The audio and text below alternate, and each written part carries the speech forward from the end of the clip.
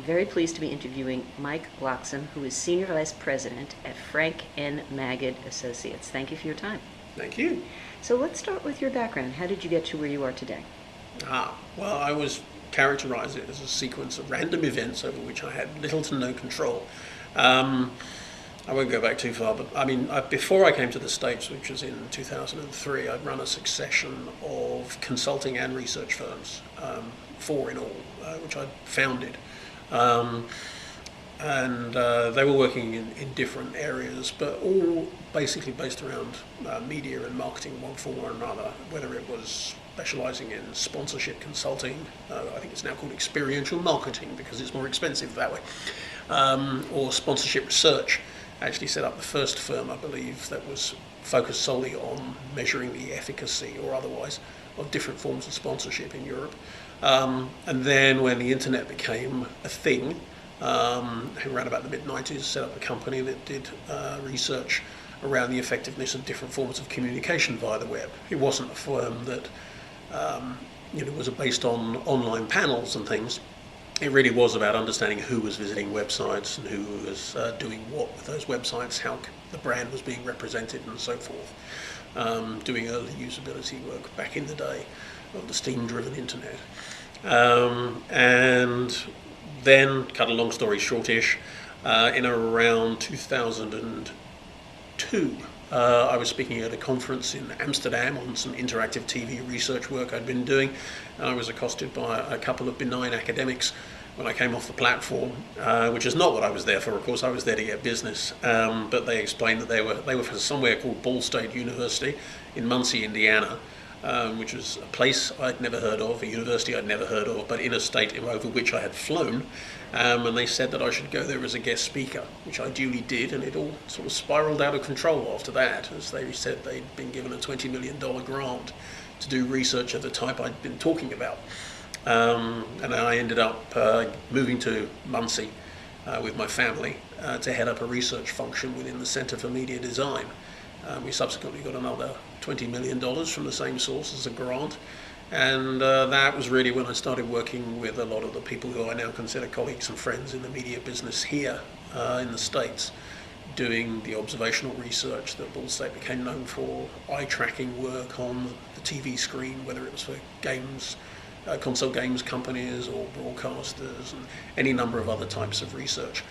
And then I moved on from there, went to work with Jim Spaeth and Alice Sylvester at the Media Behavior Institute, and then after a couple of years there, moved here to Frank Magid Associates and got myself well and truly ensconced back in the commercial world after my I think 8.5 years in the rather curious world of academia.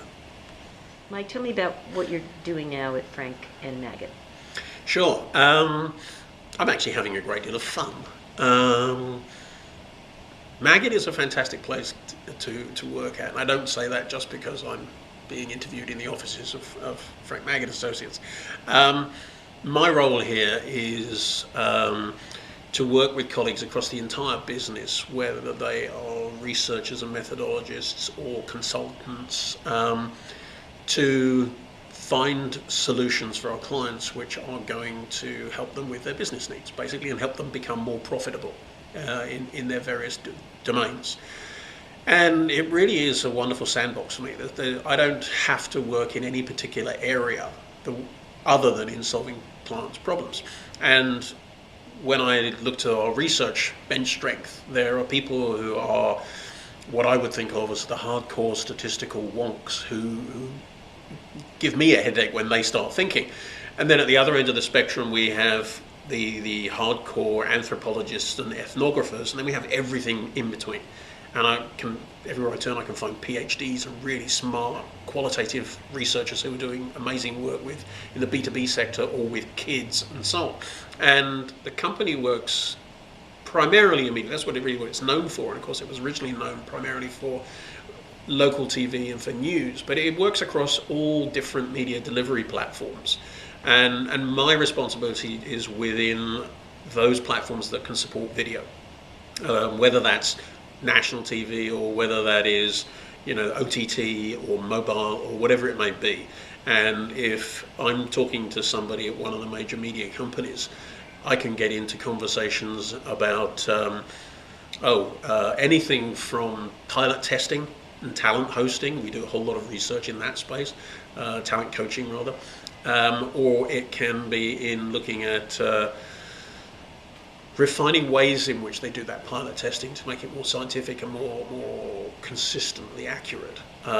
We could be looking at brand-related work. We can be looking at price bundling, OTT offerings and things like that. And one of the really interesting things we've been doing of late, in fact this was in its really early stages when I first got here, is something we call emotional DNA.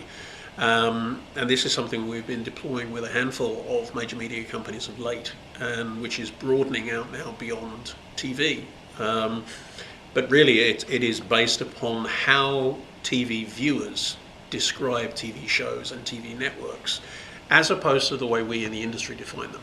So it creates a different kind of taxonomy, a different lexicon for the way in which shows are defined by those viewers, and it enables us to compare shows on a very different basis, so that we see that shows that are most like each other in the eyes of viewers aren't necessarily shows which on the surface appear to be like each other. So two unscripted shows based in Alaska might be very, very different in terms of emotional tonality as far as the viewers are concerned.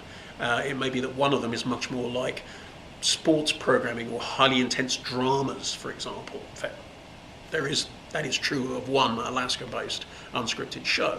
And we've done some very interesting work with that. Some work we've been at conferences with of late with A&E, looking at emotional DNA as a means of defining emotional tonality of both programs and ads, and then understanding that the extent to which ad receptivity can be impacted by the extent to which emotional tonality either matches or mismatches to varying degrees, and whether other factors like the extent to which somebody likes a show is also a factor in improving ad receptivity, which I can tell you it certainly is as we look at our data.